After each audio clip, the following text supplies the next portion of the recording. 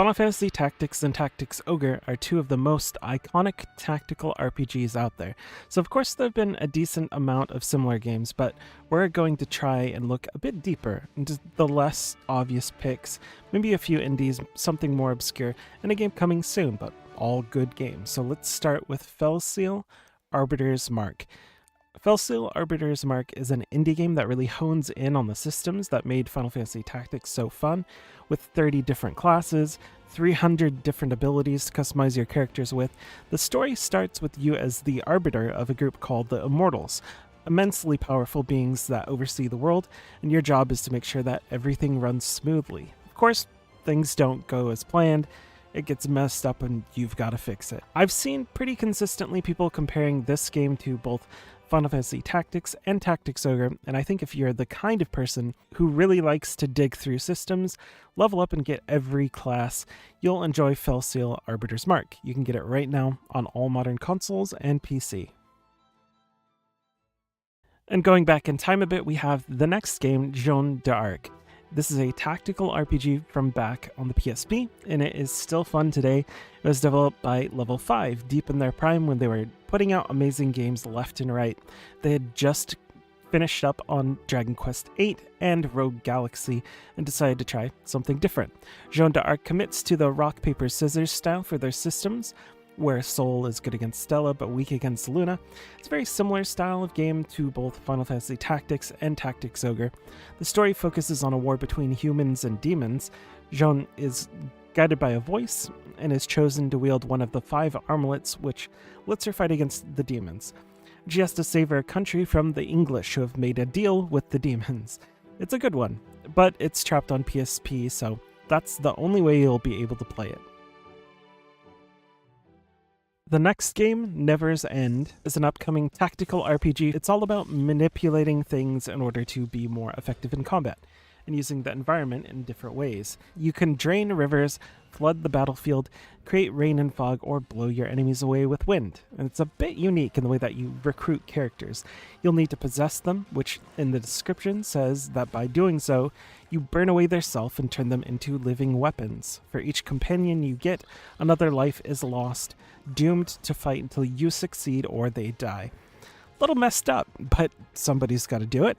It isn't quite clear what they mean, because as far as I know they haven't shown it yet, but they say this game has a lot of exploration. You'll explore an open world of different biomes, and while doing so, you reclaim the world. Sounds like there's some sort of town building mechanic as well. It has a unique style and premise, and I think it'll appeal to fans of games like Final Fantasy Tactics and Tactics Ogre, so make sure to check it out and wishlist it now. It'll be releasing on Steam and PS5. And whenever we talk about tactical RPGs, we of course have to talk about the greatest one of all time. Of course, I'm talking about Shining Force. Shining Force takes all of the ideas that you love with different characters, class promotion, tactical combat, and puts them into the classic JRPG format, so you get the best of both worlds. You get to explore the world, interact with it in a deeper way, and you get the fun tactics gameplay. Shining Force also has so much to see, with hidden recruitable characters and hidden items, special ways to promote characters using items that you find in the world, and 3 full games to check out. Kind of more like 5 if you count that Shining Force 3 has 3 different scenarios, 2 of which didn't release in English but are now fan translated. All of these 3 scenarios were different games. And there are also multiple side story games as well. I would start with the first game that was on the Sega Genesis. It's super fun, I can't recommend it enough. Shining Force was how I got introduced to the genre, and I've wanted something like it ever since. It's a must-play for fans of Final Fantasy Tactics and Tactics Ogre. Dark Deity 2 has a very large variety of classes and abilities to play with.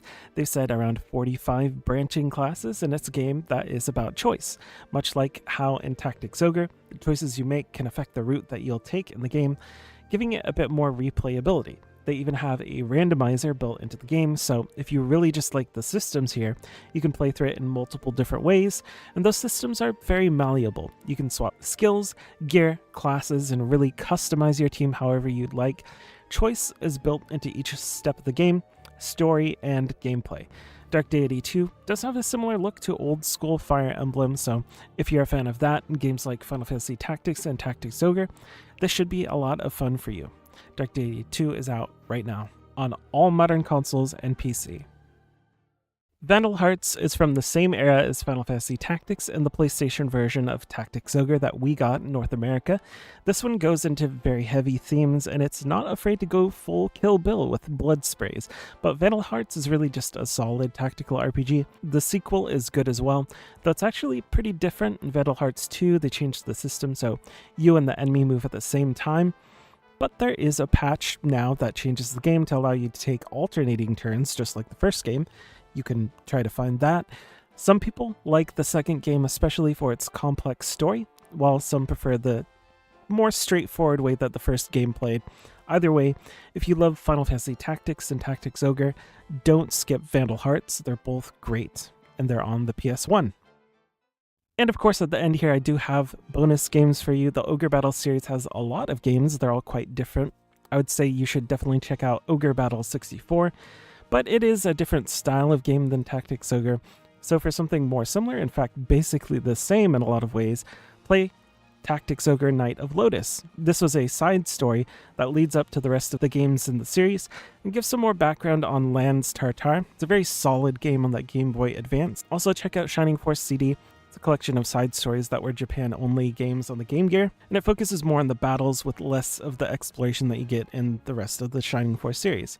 So, there you go. 6 games like Final Fantasy Tactics and Tactics Ogre, a couple bonus games in there. If you have any games you think people should check out, put them in the comments so people can find them.